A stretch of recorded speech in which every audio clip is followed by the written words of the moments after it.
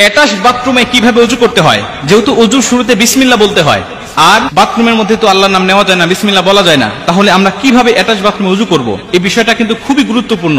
আল্লাহ রাসূল সাল্লাল্লাহু আলাইহি ওয়াসাল্লামের হাদিস থেকে আমরা এই বিষয়টাকে আজকে পরিষ্কার হব ইনশাআল্লাহ।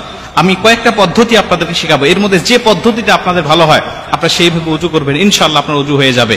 কারণ আল্লাহ রাসূল বলছেন, ইবনে মাজাহ শরীফের হাদিসের মধ্যে আসছে, যেই ব্যক্তি ওযুর শুরুতে বিসমিল্লাহ বলে না তার ওযুই হয় না। মুহাদ্দিসরা হাদিসটাকে গবেষণা করে বলেন যে আল্লাহ রাসূল ওযু হয় না বলতে বুঝিয়েছেন ওযুটা পরিপূর্ণ হয় না। এখন ওযু হয় না অথবা পরিপূর্ণ হয় না, দুটো কথা একই।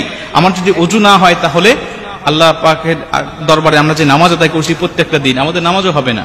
ওযু না হলে নামাজ হয় না। এর জন্য ওযুটাকে কমপ্লিট করতে হবে, ওযুটাকে পরিপূর্ণ করতে হবে। এখন এই ওযুটাকে কিভাবে পরিপূর্ণ করব? কারণ আমাদের অনেকের বাসায় অ্যাটাচ বাথরুম আছে, নিজের বাসায় না থাকলে আত্মীয়দের বাসায় গেলে অ্যাটাচ বাথরুমে ওযু করতে হয়, বা অফিস আদালতে গেলে অ্যাটাচ বাথরুমে ওযু করতে হয়, হোটেলে গেলে কোথাও ঘুরতে গেলে আমাদের অ্যাটাচ বাথরুমে ওযু করতে হয়। তাহলে এই মাসআলাটা আমাদের সকলে জানতে হবে।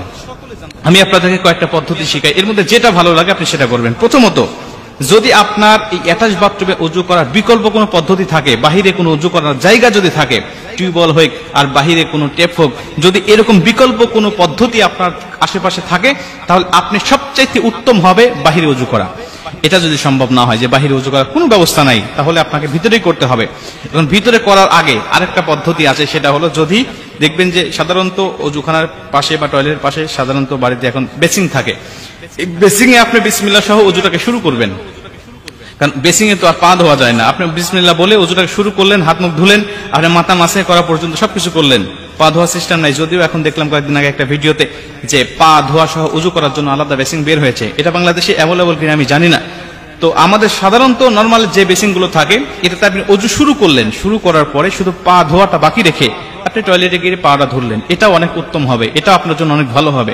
যদি এটাও সম্ভব না হয় তাহলে আপনি 3 নম্বরে আপনি একটি কাজ করবেন, আপনার বাথরুমের যে টেপ আর যে কমোড, এটা হাই কমোড হোক আর লো কমোড হোক, এর মাঝামাঝি একটা কাপড় দিয়ে পর্দা দিয়ে দিবেন।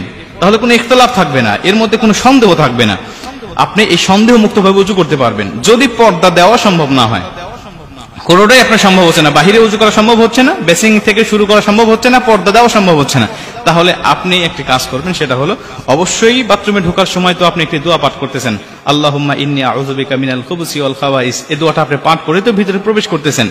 এই দোয়াটা পাঠ করার সময় অবশ্যই আল্লাহর নাম নিয়ে আপনি ঢুকেছেন। ঢোকার পরে আপনি ওযু করার সময় অবশ্যই দিলে দিলে, যেভাবে আমরা টয়লেটের মধ্যে ইস্তেগফার পাঠ করি, এটা তো পড়তে হয়, আপনারা সকলেই জানেন যে দিলে দিলে ইস্তেগফার পড়তে হয় বিভিন্ন খারাপ জিন, বিভিন্ন খবিস খান্নাসের হাত থেকে বাঁচার জন্য। ওইভাবে দিলে দিলে আপনি ওযু শুরুতে আপনি বিসমিল্লাহ পাঠ করবেন, মুখে উচ্চারণ করে নয়, দিলে দিলে।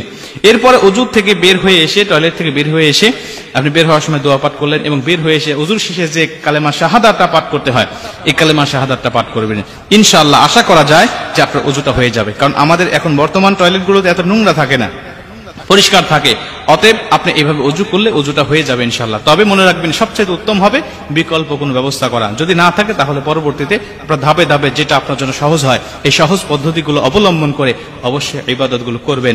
আল্লাহ পাক অবশ্যই আমাদেরকে ক্ষমা করবেন এবং আমাদের ইবাদতগুলো কবুল করবেন।